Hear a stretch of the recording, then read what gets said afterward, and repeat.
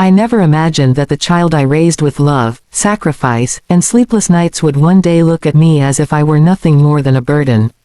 When I think back to all the years I spent working overtime shifts, missing weekends, and denying myself small comforts just to make sure my daughter had the future she dreamed of, it almost feels unreal that everything would fall apart over something as small as $500.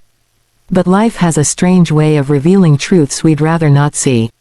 My daughter, Emily, had always been bright, top grades, college ambitions, and dreams bigger than the small town life we lived. From the moment she first mentioned wanting to study out of state, I knew it would cost far more than I could comfortably afford. But I was a parent, and parents don't think in terms of affordability when it comes to their children's futures. They think in terms of responsibility. I worked long days as a contractor, picking up every extra job I could find. I saved every spare dollar. I cut my own expenses to the point where I hadn't bought new clothes in years. And by the time she graduated high school, I had saved almost $85,000, money I put toward her tuition, housing, books, and everything she needed to start a new life. I remember the day I transferred the last large payment. She hugged me tightly and said, "Dad, I'll make you proud." That moment alone made all the sacrifices feel worth it. Years passed and Emily graduated, moved to the city, and got a well-paying job. I was proud, really proud. She had a new apartment, new friends, a new lifestyle. We talked less, but I told myself that was normal. Kids grow up. They move on. They get busy. I didn't worry. Not then. Everything changed the month my knee injury got worse. Construction work is unforgiving on the body, and years of climbing ladders and carrying loads finally caught up with me. I needed a small procedure, nothing major, just something to keep me working. Insurance covered part of it, but I needed $500 to cover the rest. 500, not 5,000, not 50,000, just $500. I called Emily one evening. She answered after several rings, her voice distracted. "Dad, can we make it quick?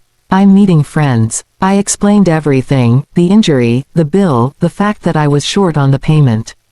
I wasn't asking for a gift. I even said, "I'll pay you back as soon as I can."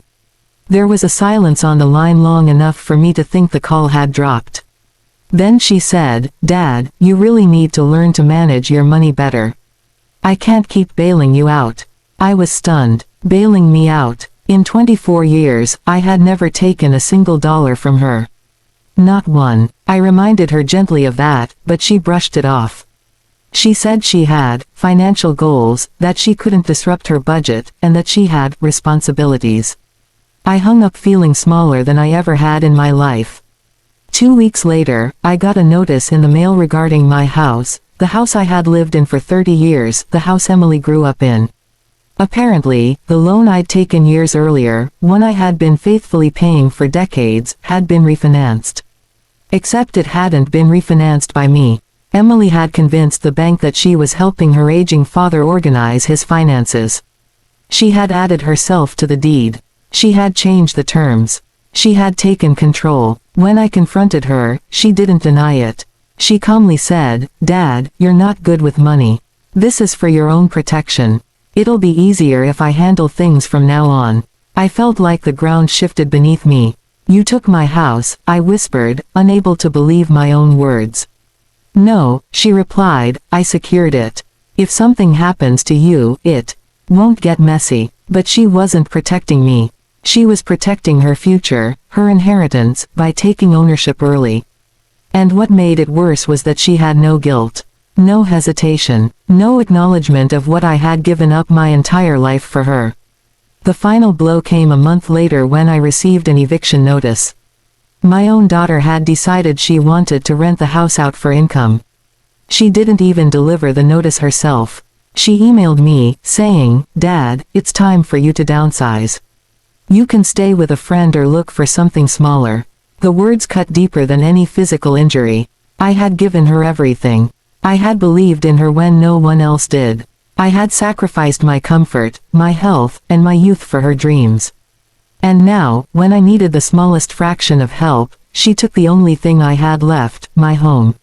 Looking at the empty walls on the day I packed my last box, I realized something painful. Love can be unconditional, but gratitude is not.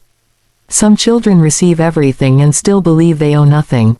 Some hearts turn cold the moment they believe they no longer need you. I walked out of that house with tears in my eyes but a strange sense of clarity. I had lost my home, but I had finally seen the truth. And sometimes the truth, no matter how brutal, is the beginning of something new. When my daughter took my house away from me, it felt like the last thread connecting us had finally snapped. I kept replaying everything in my mind, every sacrifice, every late night shift, every time I skipped meals so she could have enough. I couldn't understand how someone I loved so deeply could hurt me so casually. It wasn't the money, it was the disregard, the coldness, the quickness with which she traded our relationship for her convenience. I knew I couldn't change what she had already done, but I also knew one thing for certain: I wouldn't let her walk over me forever. I moved into a small room above a mechanic's shop owned by my friend, Michael. The place wasn't much, one window, a single bed, and a little kitchenette, but it was mine. And for the first time in months, I felt like I could breathe. Michael checked on me every evening, bringing meals and cracking jokes until I laughed again. It was that laughter, those small moments of peace, that made me realize something important. I had spent my entire life giving. Now it was time to protect what I had left. A few weeks later, I got a call from Emily. She didn't ask how I was doing or where I was living. She didn't ask how my knee surgery had gone. Instead, she launched straight into her reasons for calling. "Dad, the tenants want some repairs done before they move in. I need you to sign a couple of papers." I almost laughed. She had thrown me out, claimed I was irresponsible, taken the house for herself, and now she wanted me to help her with the paperwork. I told her I'd think about it. She sighed impatiently. "Dad, don't make this difficult. It's just a formality." A formality. That was all I had become in her life, a formality. I ended the call and sat for a long time, staring at the wall, thinking about how things had come to this. I had been passive for too long. I had let her dictate the narrative, let her act like everything she did was justified. But I knew something she didn't know: she had made one mistake in her clever plan. She had added herself to the deed, but she hadn't removed me. The house was still legally mine, even if she thought she controlled it. That night I made a decision. If she wanted to treat me like a stranger, I would treat the issue like business. Emotion had no place now.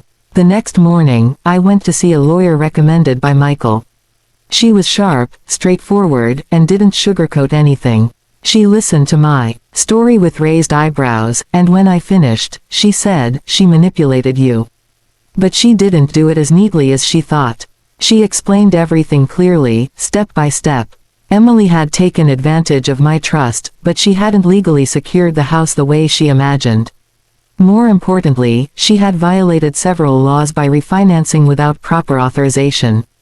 There were legal consequences, serious ones. I wasn't looking for revenge. I didn't want to ruin my daughter's life.